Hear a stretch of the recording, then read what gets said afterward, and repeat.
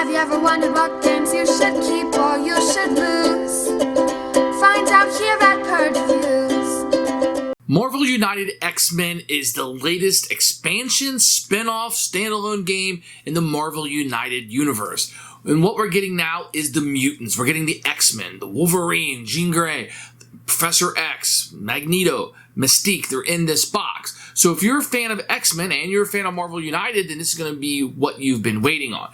But what does it give us more than that? It gives us more variety. We got more characters. We got more bad guys. And this is one of those games that really feeds off of more. And it's not cumbersome. It's not you're adding more to the game. It just becomes more than you can handle. It gives you more options and more combinations and different characters to explore and different bad guys to beat. And this game needs it. It's all about the battles you're going to have on the field and moving it around and saving civilians, and you need different ways to kind of tweak that and different rules to play with. Very simple little differences. You got different difficulties in the bad guys, you got different difficulties in the good guys, and all of this is in a very simplistic package and like a gateway game kind of way. And it works perfectly. If you're a fan of X-Men, this is a great place to start because you're going to have the X-Men universe there. So this is all about what characters do I want to play as, who do I want to beat as. Now there are some new features. There's a new solo mode with Professor X. It's okay. I tend to just play multiple hands. That's how I like to play solo games. Even like other ones, I try to handle as many different characters as I can. If I'm playing Descent or Resident Evil or something, I just like that experience. Brook City the same way. I just like having an experience of multiple characters and letting them combo off each other. But there is a really neat one. This one also allows you to play up to 5. So now you can play one person as the bad guy. So if you have a family of 5 and this game didn't work for you because people didn't fit in, this is one way to kind of shoehorn that in. It does work. I like just playing the real co-op mode, but like I have a family of 5. My youngest doesn't really play games yet, so we're a family of gaming 4, I suppose. So this game works well as a cooperative game for us as 4. But when he gets a little bit older and wants to play, you know, Dad will probably be pushed to be being the villains in this. So it'd be really cool if they went back with the old sets and made all those guys manageable with the 5th, so you could play one versus all with them.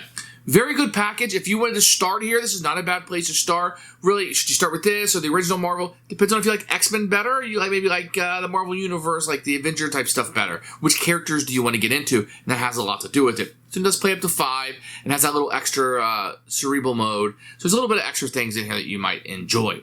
Now, I think this is a must-have for Gateway fans, especially if you're into superheroes, especially if you're into X-Men. I think this is going to be a #1 game for you. We absolutely love and adore this game. This is one of my favorite games. This is probably top 10. I don't need to redo my top 100 games of all time, but this game will be very high. The whole universe, not just the X-Men one, but the whole Marvel United system.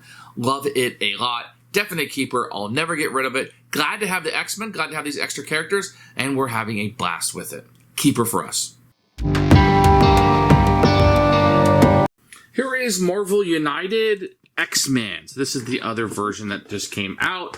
You're going to get a bunch of tokens. These will match up perfectly with what came in the base game of Marvel. So if you have the non-X-Men version, these tokens are exactly the same. You're going to get a bunch of miniatures and stuff you're going to be setting up. I'll go through each one. So in this one, you have Magneto as a bad guy. You're going to have Mystique as a bad guy.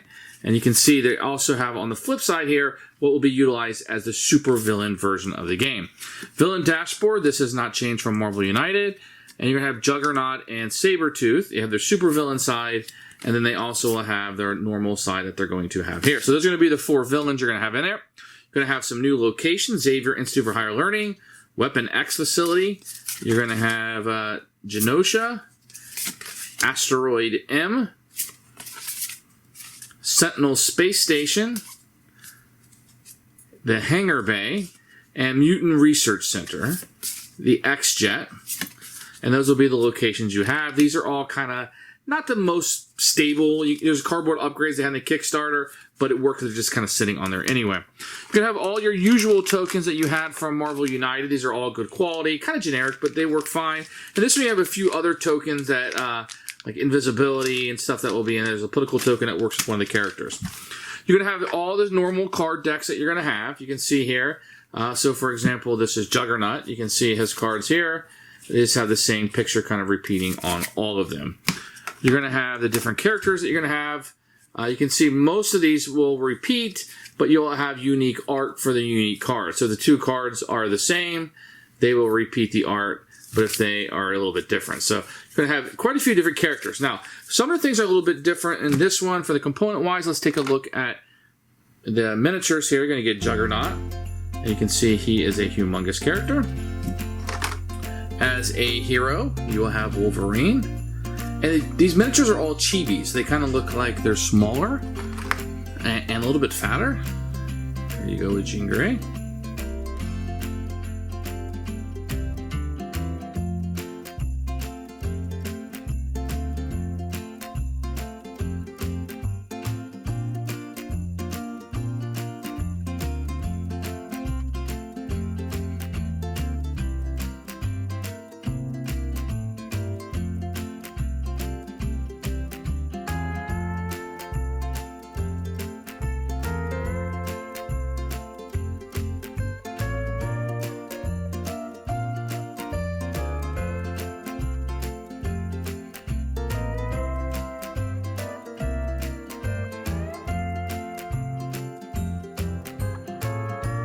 And the 2 purple ones are going to be a little bit different, that they can be bad guys or good guys. So you have Mystique, who can be a bad guy or a playable hero, and the same thing with Magneto.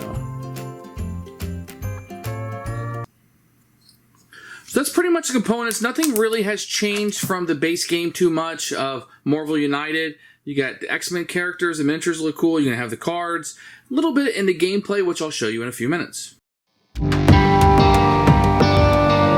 Here's a rulebook for Marvel United. You can see a picture of all of the components through here. Gives you a good overview of everything that's in the box. Set up with a full picture. Kind of shows you how to do everything. Excellent, excellent, excellent. They tell you winning and losing right off the bat. And then the first thing to do is do a villain's turn. And then you'll go through how that works and a hero's turn. Plenty of pictures, examples, everything is in color. Then you'll figure out what the turn sequence is, kind of how you can progress through the game, and how heroes take damage in the challenges, so if you want it to be a little bit harder. There's some additional rules for certain characters back here in the back. This is new. We're going to have a super villain mode that you have in this aspect, and then a new solo mode just for the X-Men universe. So these are actually good additions. You can use super villains versus Xavier solo mode also. So the rulebook is very good. It's very much for a mass market, and it works excellent. I find this to be a very good rulebook. To set up a game, you're going to take 6 of these locations and you will put them out on the board. Now, you can randomize them or you can do whatever you want, and you always have 2 left over, so there's a little variety in what you're playing. Then you will choose which heroes you want to be, and you will put those heroes out on a random location, and you will put the bad guys in another location. So you always have one little bad guy here.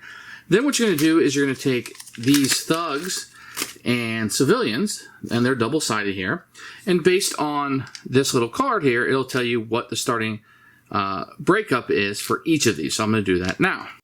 Then you can have your villain out here with the 3 cards of the missions you have to accomplish. In this version, there is a 4th one called Cerebro, but it's only used in certain villains and scenarios that you're going to have here. And it'll tell you how much health he has and what's going to happen. So it gives you all the information of the game.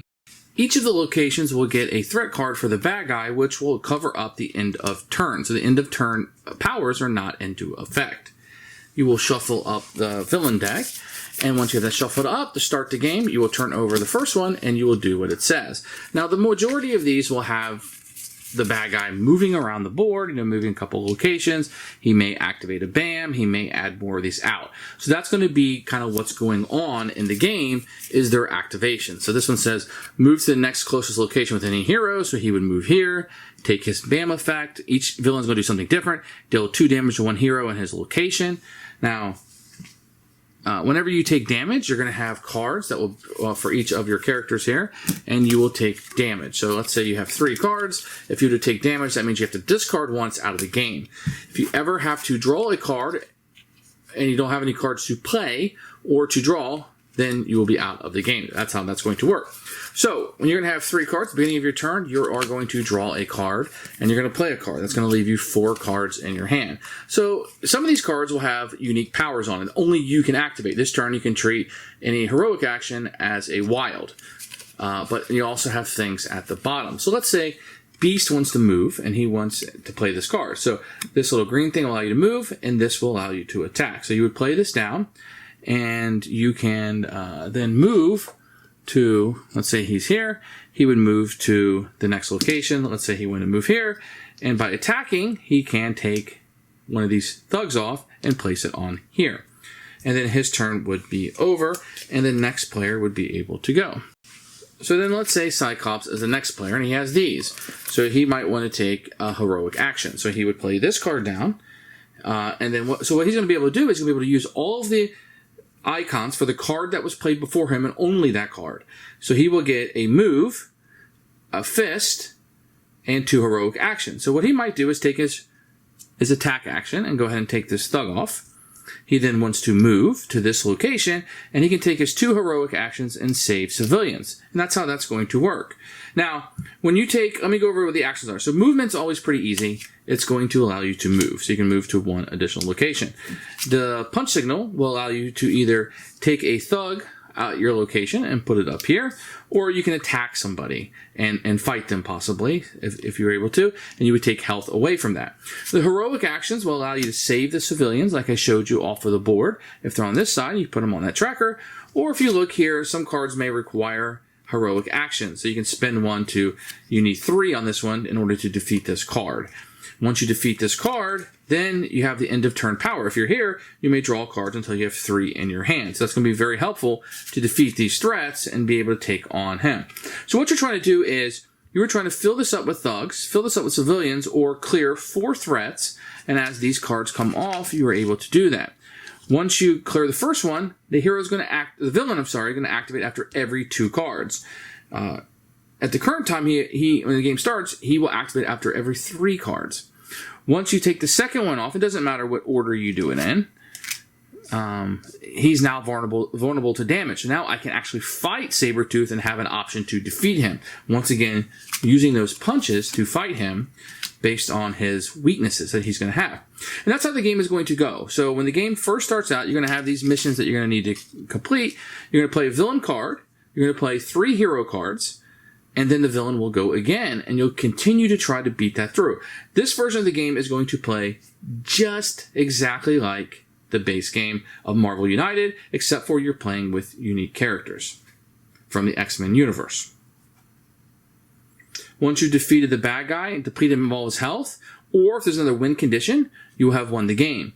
If somebody runs out of cards to play and can't play a card on their turn, then the heroes would lose the game, or there may be another lose condition based on the hero that you have here. Now, I should note that this version has a different ability. So it has what's called a supervillain, which has additional setup on the back. Assign the hunted tokens to the starting hero.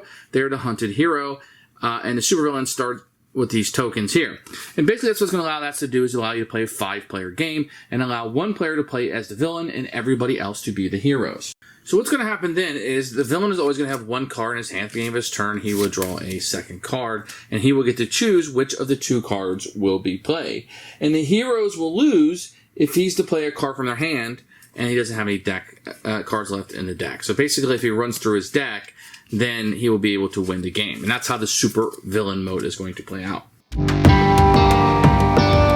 Who should buy this game? Anybody looking for a gateway game. Very, very good. If you like superheroes, in particular, you like the X-Men, I'd get this version of it. Marvel United is a fantastic game. It's cooperative in nature, although this one does have a 1v-all. But it's a very easy package to play. The more expansions you get, I think the game gets better. A lot of games get more cumbersome and not as good. I think this one is better with more stuff. I think it's a very, very great entry-level gateway. Play with anybody. Setup is easy. Little cooperative game that you're going to have a blast with if you like superhero stuff. In particular, the X-Men, absolute keeper for us. We'll never get rid of this one.